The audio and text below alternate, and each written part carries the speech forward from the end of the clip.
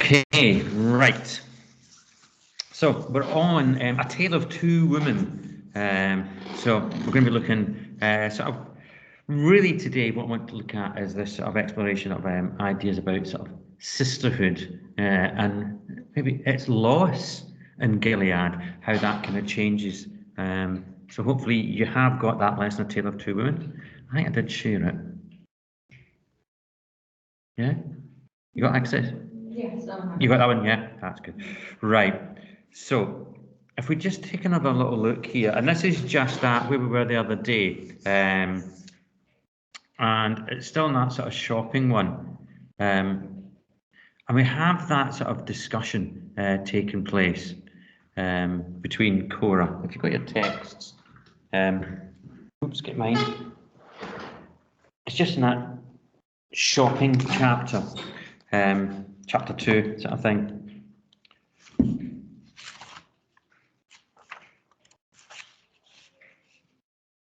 And we have that sort of conversation just at the top. So it says, sometimes I listen outside closed doors, a thing I never would have done the time before. I don't listen long because I don't want to be caught doing it. Once, though, I heard Rita say to Cora that she shouldn't debase herself like that.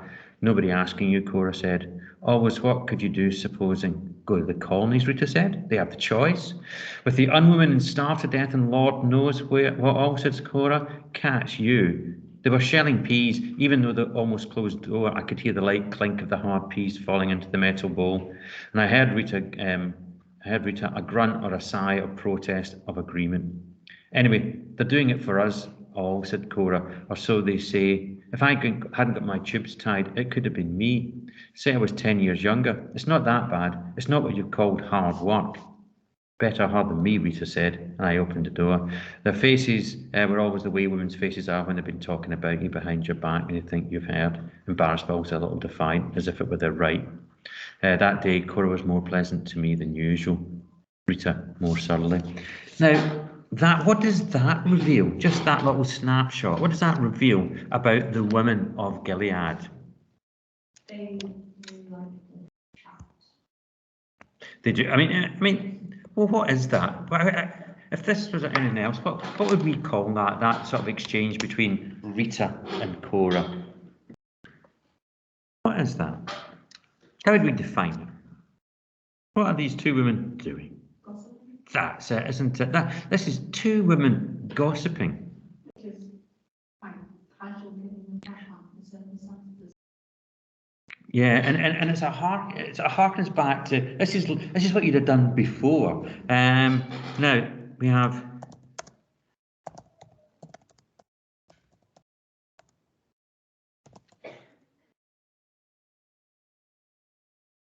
If I put that in there.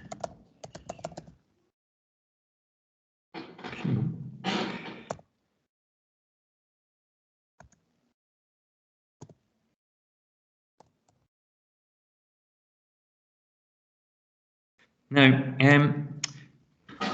is Rita, she's the one that's saying, I wouldn't debase myself and all that sort of stuff. Is Rita gossiping, or is there another phrase that we would use that sometimes is used when women get together and they're not being nice about a third party?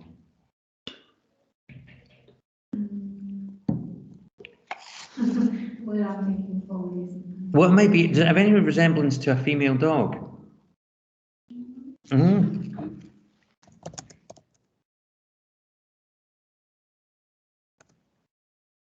I'm going to put that in it, so obviously.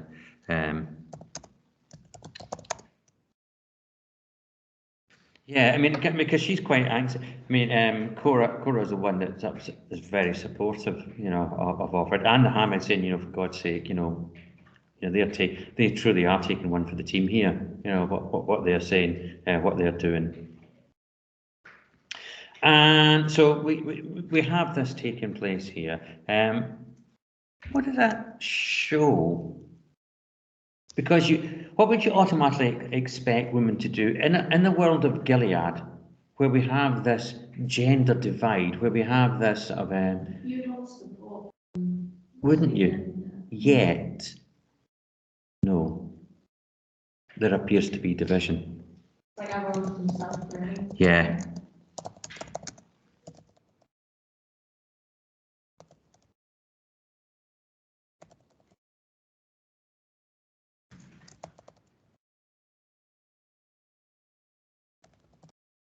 And why would this be the case, do you think? Why would there be division?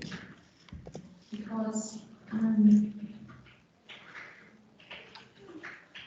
now that there's not really a male and a female separation, it's more class divided. So you could say that jealousy is often a factor into why female.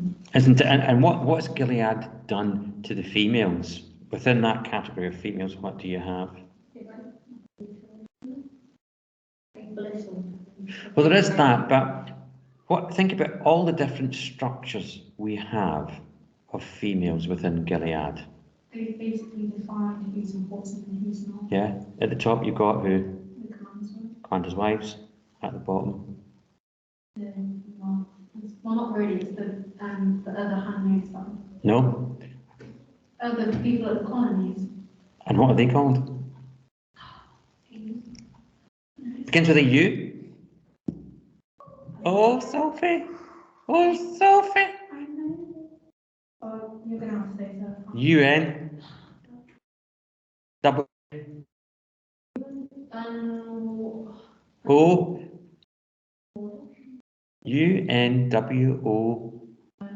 UNWOM. On women.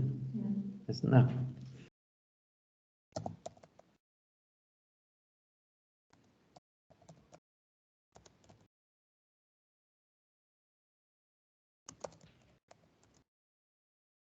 Oops.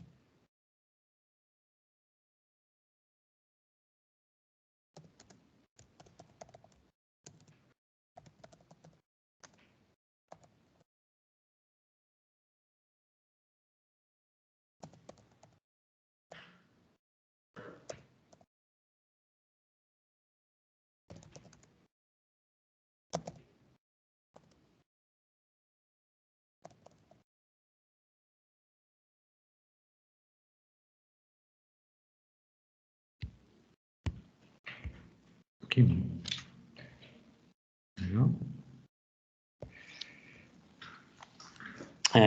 So yeah, I mean, you got the Commander's wives at the top; they're the pinnacle, and then you got the unwomen. And again, that isn't.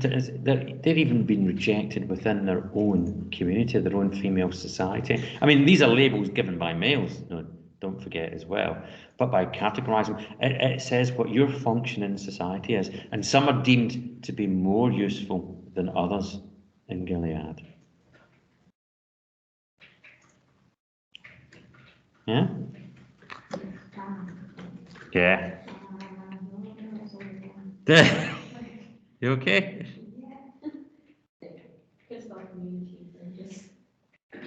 Yeah, and then just over the page, there is a little bit. There's different. So when you get out of the, you have the the uncomfortable situation of Offred deliberately and again, Offred deliberately choosing to walk in at that moment, isn't it? And again, it shows you about her going in and saying, "Excuse me, you know, I'm here. You are talking about me." And then over the page, just that. Sitting around the table, we talk about our aches and pains, illnesses, our feet, our backs, all different kinds of mischief that our body, like unruly children, can get up to. We would nod our heads as punctuation to each other's voices, signalling that yes, we know all about it.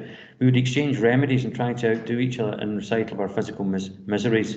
Generally, we'd complain, our voices soft and minor key, and mournful as pigeons in the eave troughs. I know what you mean, we'd say. Or quaint expressions you sometimes hear still from older people. I hear where you're coming from, as if the voice itself were a traveller arriving from a distant place, which it would be, which it is. How I used to despise such talk, now I long for it. At least it was talk, also all exchanges of sorts. And that's, again, slipping from present into past and we go back into present again, or else we would gossip. The Marthas know things, they talk amongst themselves, passing the unofficial news from house to house. Like me, they listen at doors, no doubt, and see things even with their eyes averted. I've heard that at times, sometimes, caught whiffs of their private conversations. Stillborn it was, or stabbed her with a knitting needle right in the belly. Jealousy, it must have been eating her up, or tantalisingly, it was the toilet cleaner she used. Worked like a charm though, you'd think he'd tasted of it. Must have been that drunk, but they found her out all right. And so we get these little snippets of life, and again, it shows you how the two kind of sort of merge and blend, okay, together. So initially, yeah, this is what we call that. It's that, yeah, it's that. And again, remember that phrase that we used, the palimpsest, where we have something that we recognise, but it's got another layered meaning upon it. That's what that structural device does there, going from present to past to present, and sometimes even at the end we're getting the future. So all those tenses begin to merge and blend together to create this really surreal world that is Gilead. Okay, I know your pagination is going to be slightly different to mine, also because different edition. For that, but it literally is. I mean, in my edition, it's page 20. In chapter 2, I'm about the third page in. Yeah. Yeah, is that you got that? And so is that that second section I took from there? It was today, despite Rita's closed faced back, and that takes us into that era where they'd sit round the table sort of thing. Yeah.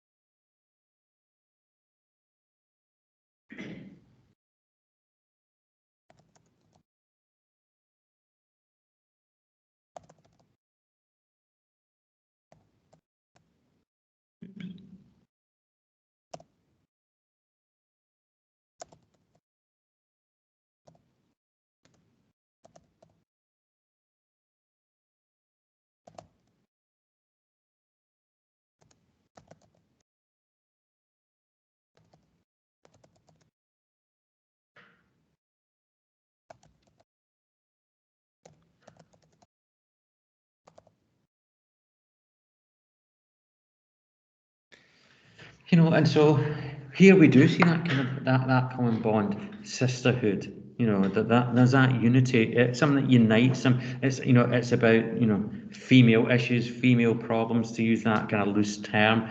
We've got that there before it returns, and in a bizarre way it returns in Gilead. We've got the same kind of concept, but then it's the Marthas talking about what's going on in other houses, how other handmaids have maybe tried to take their own life, or they've killed the commander, or they've sought to get rid of a baby. I mean, again, isn't it? It's all these things you don't think about, isn't it? I mean, you think of those handmaid situations. The decision is made for them, isn't it? Because they're seen to be, that they're fertile, they can bear children. You must want to give children. But of course, some women, isn't it? It's that choice. No, I don't want to have children. And so you may imagine being basically physically raped and having to carry this child around, that even if you were married to somebody, you wouldn't want to have children. It's all these sort of dynamics at work. Yeah. And then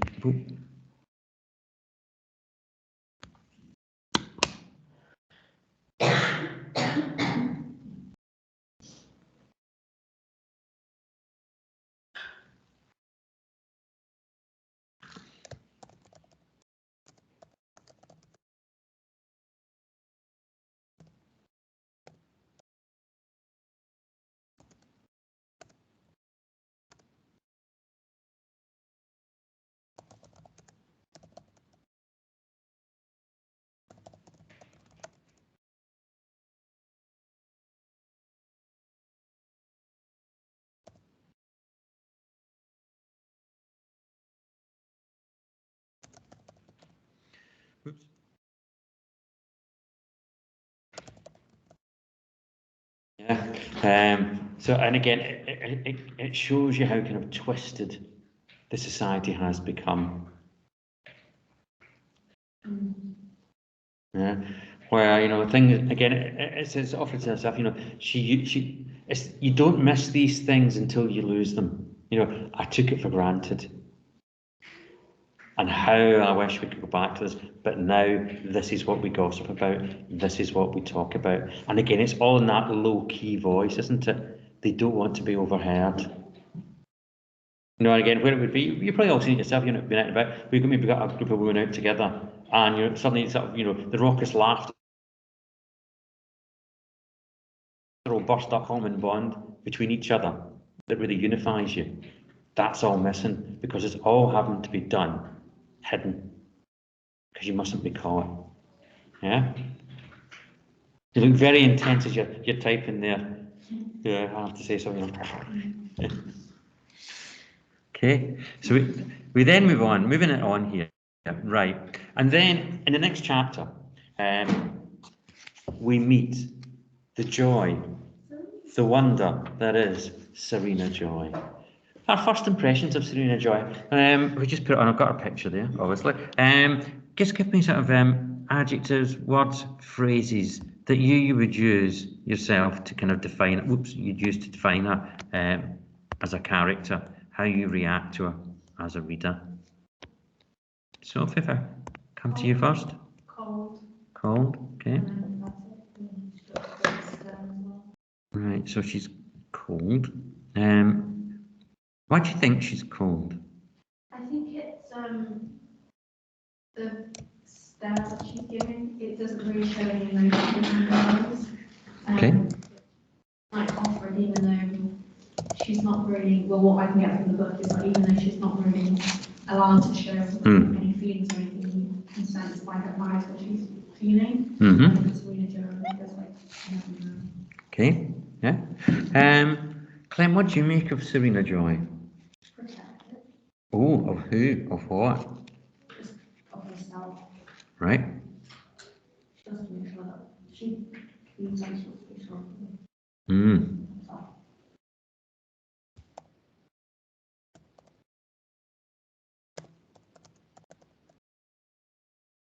Okay. Do you want to add anything else, Sophie, about Serena?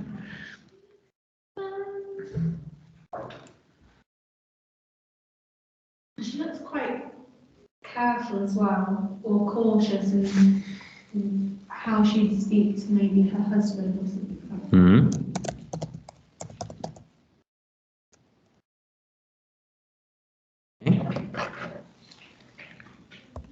Determined as well. Okay, yeah. Clem, do you want to add another? I think, well, she's written down to be quite, as it says, calm and quiet, peaceful. But then that's like her inner self, her outer self, very strong. Okay, thank you.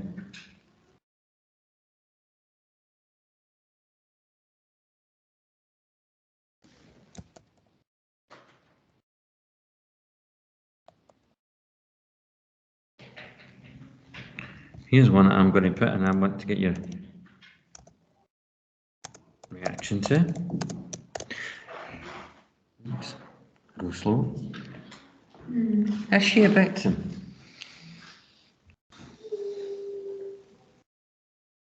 I think everyone is, so I don't think she's really put apart from everyone.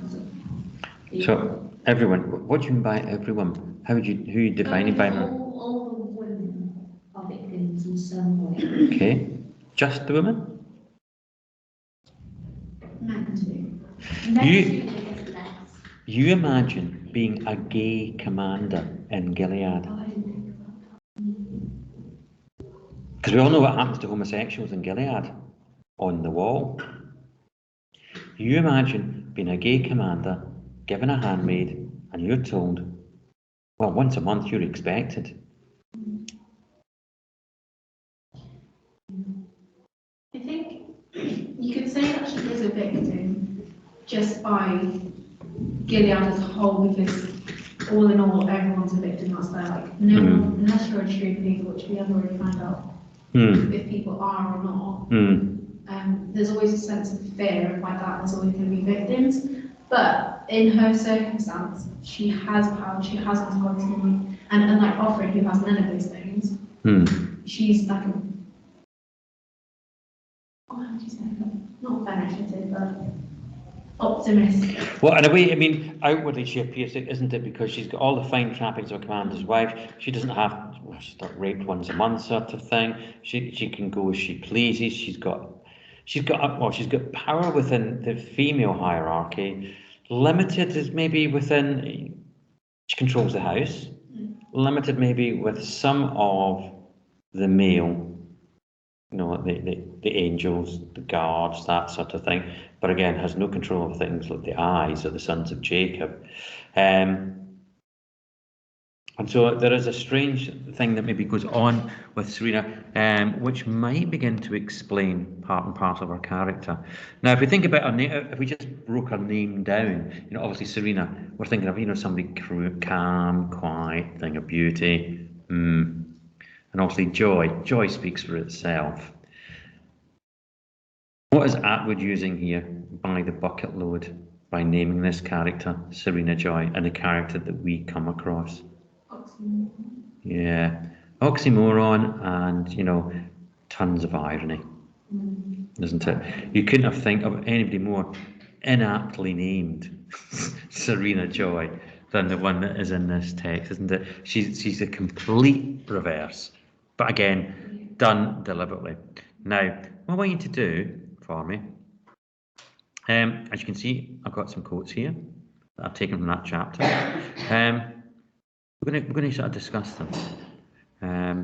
So the first one up we have here is, "As for my husband," she said, "he's just that, my husband."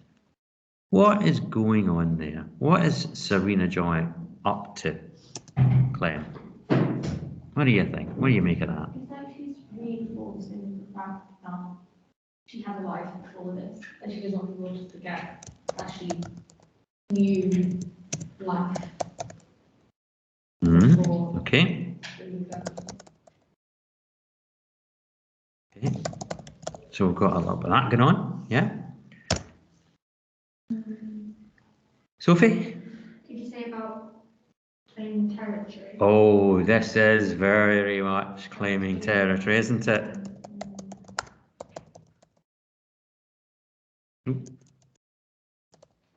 One thing that she has that nobody else does is her husband, and that's the one thing that she can claim to be Yeah. her own. Again, though, where is the deep irony in this? Because she is being, you know, that is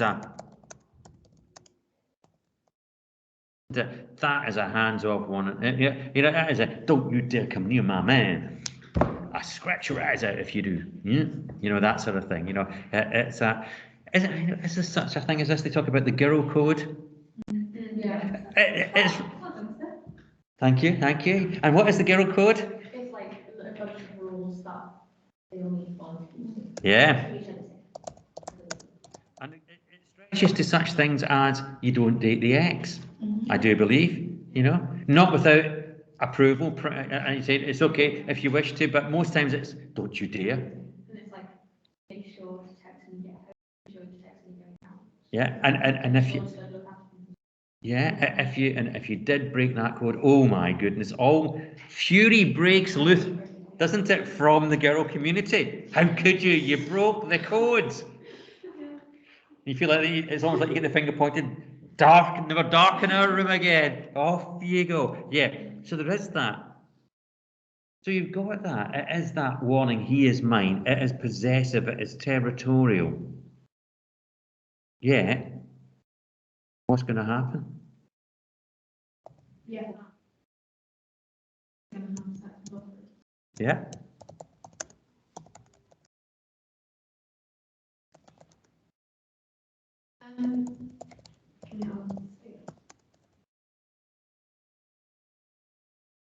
And I've put the willingly in inverted commas, just as you would say that, you know, Offred willingly has sex with the commander, sort of thing, isn't it? So on the one hand, you say, "Don't you dare," but then that is just destroyed by the ceremony. once a month.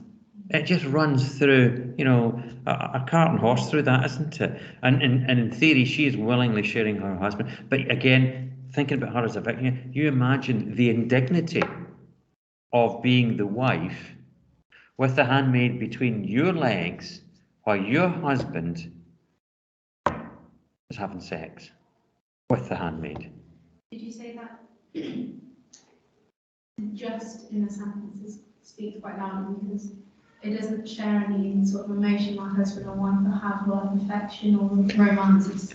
It's just Good. Ah, right. Does she have understanding that Offred doesn't mean harm by it? She just has to do No, what she has to do. she clearly sees Offred as a what? Huh? A bitch. Anything beyond that? She's trying. Does she see her as like trying to take her husband? Yeah. Oh.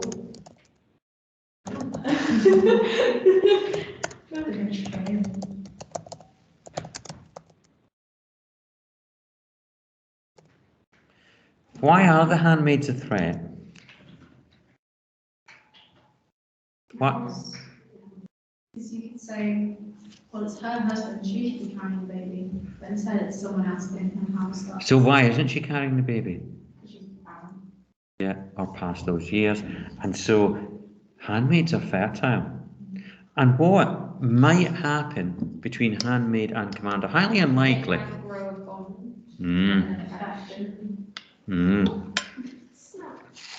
Or, as we do find out, what do the commanders tend to think they can just do with their handmaids anyway? Yeah. Why do we have to stick to once a month? I fancy popping up to see you tonight. And if I so wish, that's what I'm going. I'll send you the signal, you know, or I'll take you off to my favourite club, Jezebel's. Shows you that she knows that her husband is possibly unfaithful, weak. Useful. Yeah.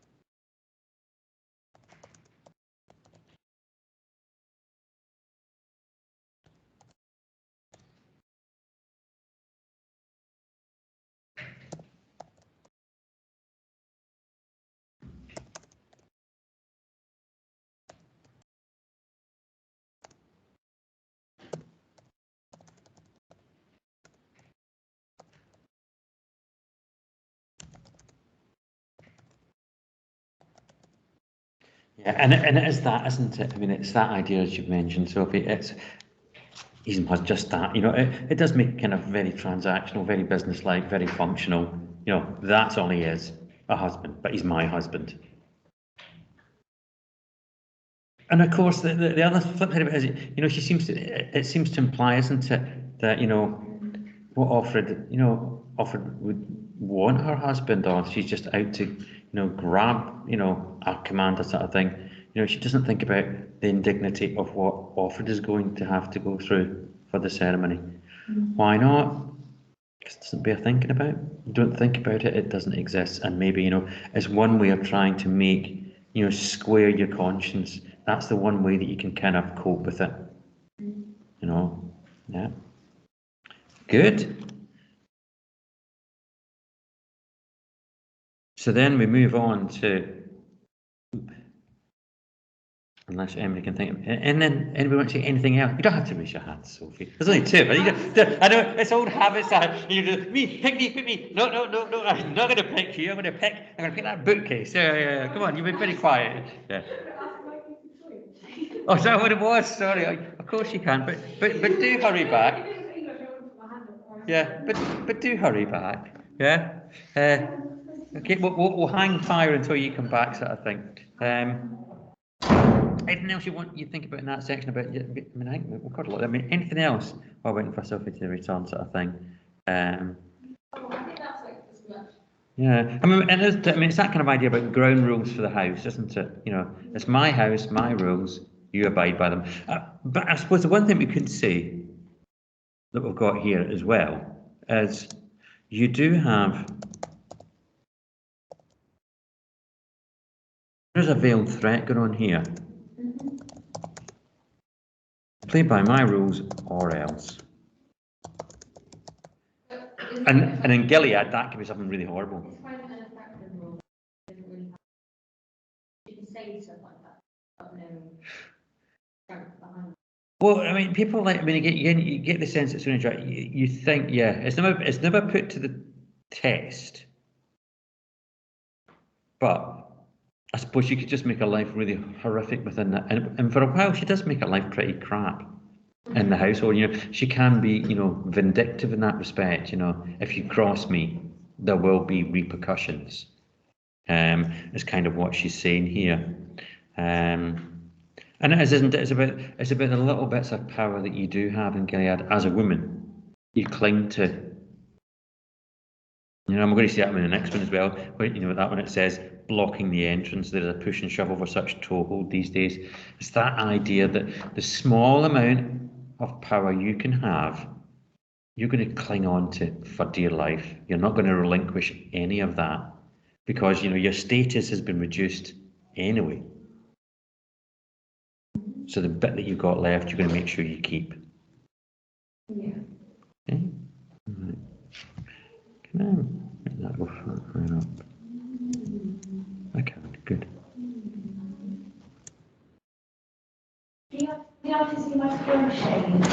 Oh, go on, yeah. I've been crocheting, and I've made some advancements in it. Little flower circle. Oh, look at you. There we go. Look at that. But How creative are you?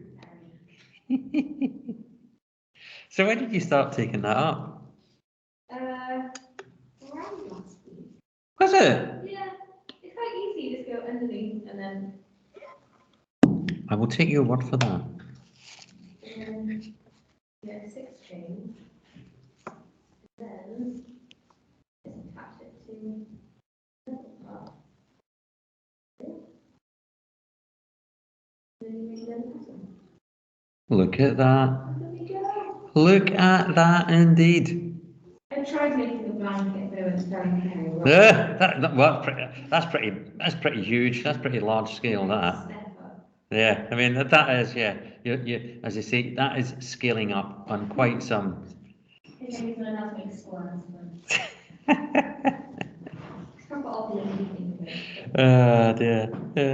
You do think about that, don't you?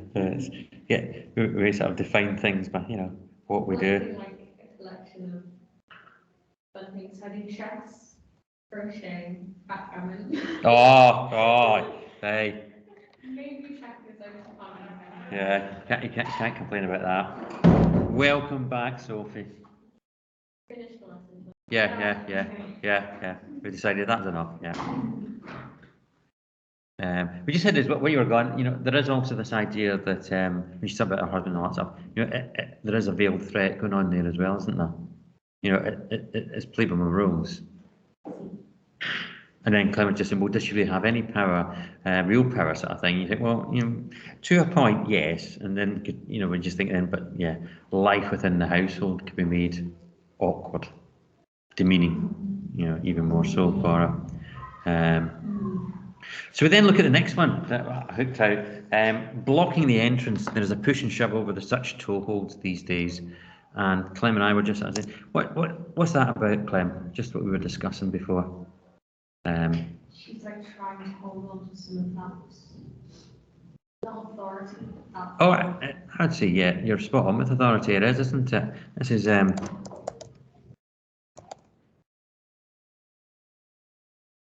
clinging to authority. You know, the little you've got. You know, and again, what do you think? Sophie, what else is it showing? The fact, blocking the entrance. Again, quite territorial. Mm-hmm. The fact that you're not wanted here, but the rules are that I have to have them. Yeah. Yeah. It's like she's losing it. Yeah. What she's doing on it. Yeah. And of course, leaping between our lit and lang here,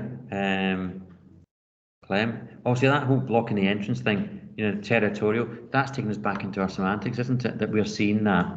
We're seeing the implied, just in that alone, blocking. And again, when will she move aside? When will Serena Joy stop blocking Offred's entrance to the house? When she Well, yeah. But what does Offred have to do before she'll step aside and let her in? No. I mean, you think about it, she's on that doorway and she's laying down the law saying, right, this is my house, these are my rules. What she expect from Offred before she says, right, come in?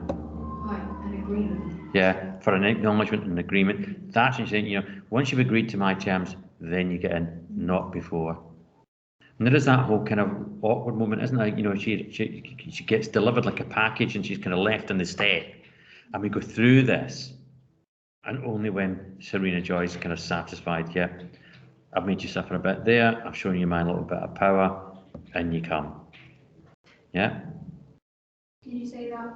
There's also like a lot of resentment into letting Offred into the home as she's carrying out one of the fundamental functions that women are well, traditionally idolized over is the fact that they can give children. Yeah. The fact that she can't and Offred can, she loses a bit of herself.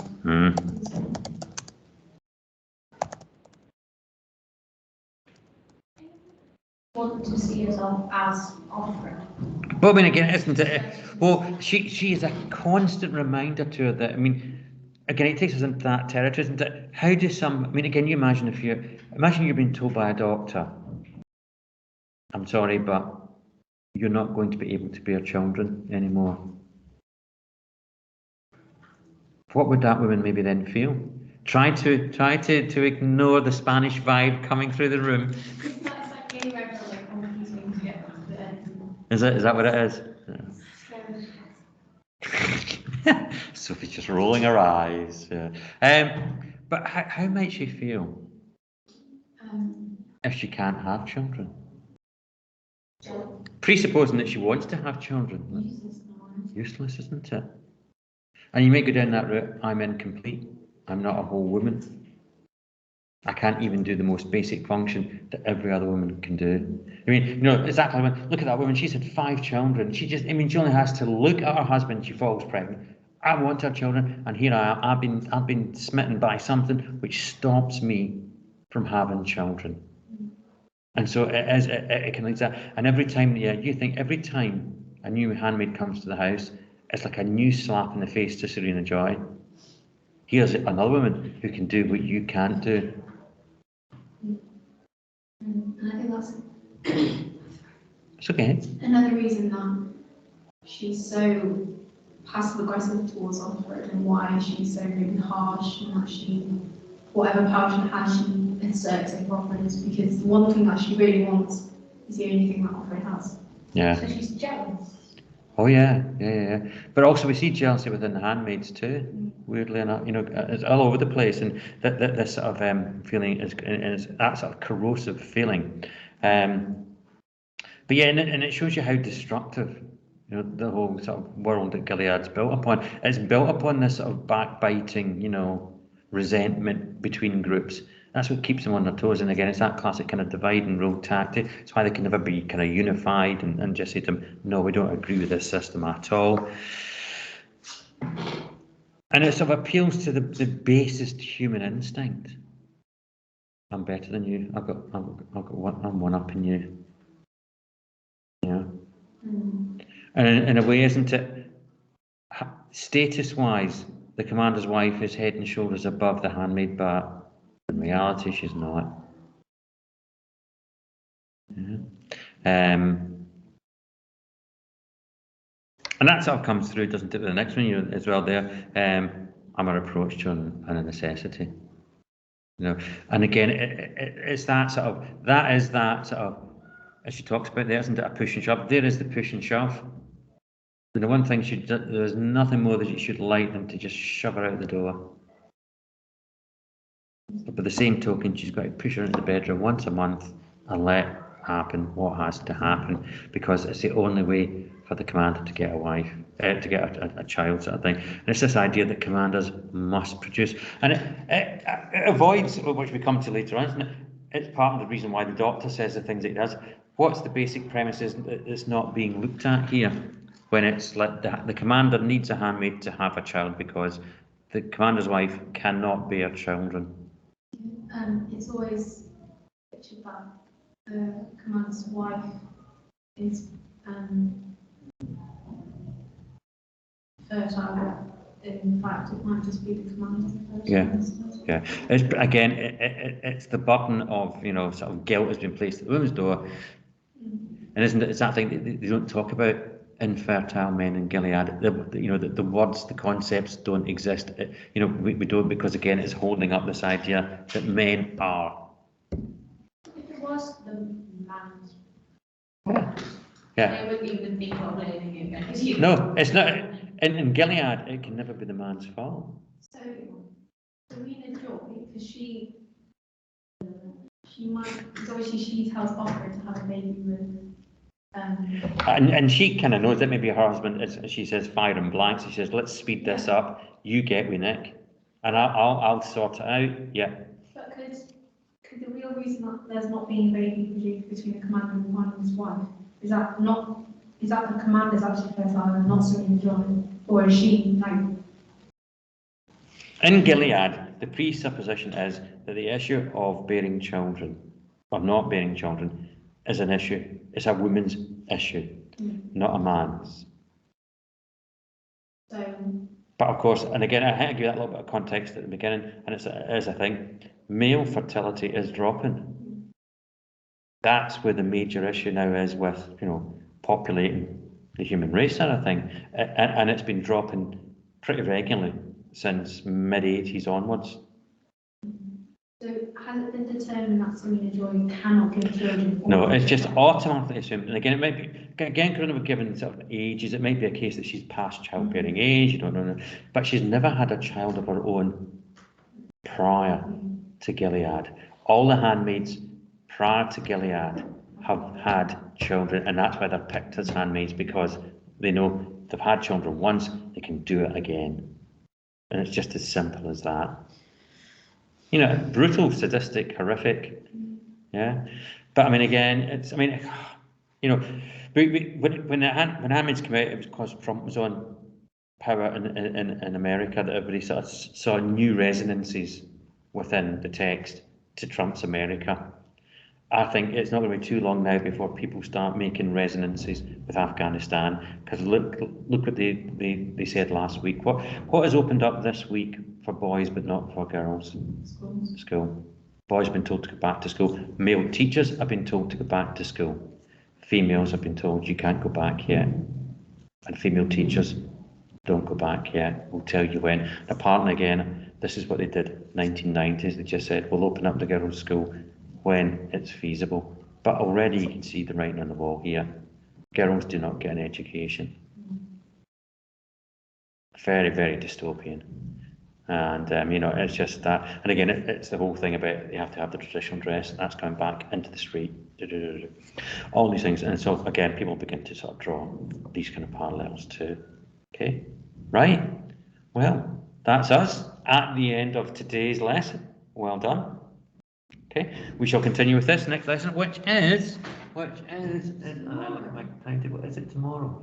It is tomorrow, period 2. Okay, so thank you. Well done.